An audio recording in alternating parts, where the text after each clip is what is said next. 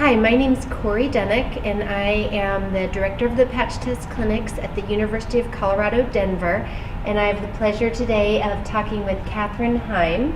She is a regulatory toxicologist for NIPERA. So what is the difference between the nickel content of a piece of jewelry or other metal item and the nickel release? The nickel release is a very important and widely misunderstood concern because the nickel release the nickel must be released from the item in order to cross through the skin and cause a nickel allergic reaction by interacting with the immune system. When we have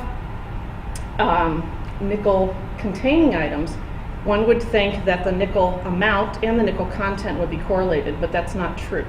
And so that's where the misunderstanding comes in trying to remove things with any nickel containing and nickel releasing. And when we look at nickel release, there's three simultaneous conditions that we have to have.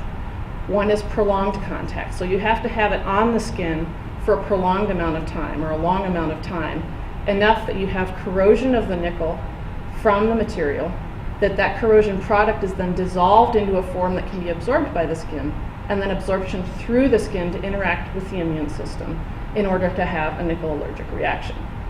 A good example of a material that I mentioned earlier was stainless steel. And surgical grade stainless steel is certainly a product or an item, material, that is used within a number of uses. And it's a very important material because it can be sterilized, because it is corrosion resistant, because it is durable.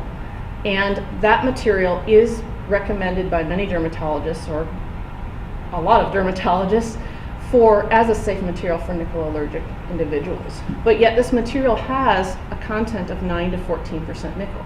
And the reason is that this material is developed to specifically be corrosion resistant, so it will not release any of its constituents.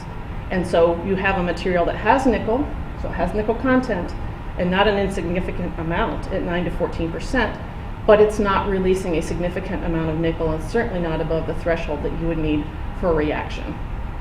So it sounds like stainless steel may be a good alternative for nickel allergic patients, even though it may have a 9 to 14% nickel content, it doesn't tend to release significant amounts of nickel. Yes, that's absolutely correct.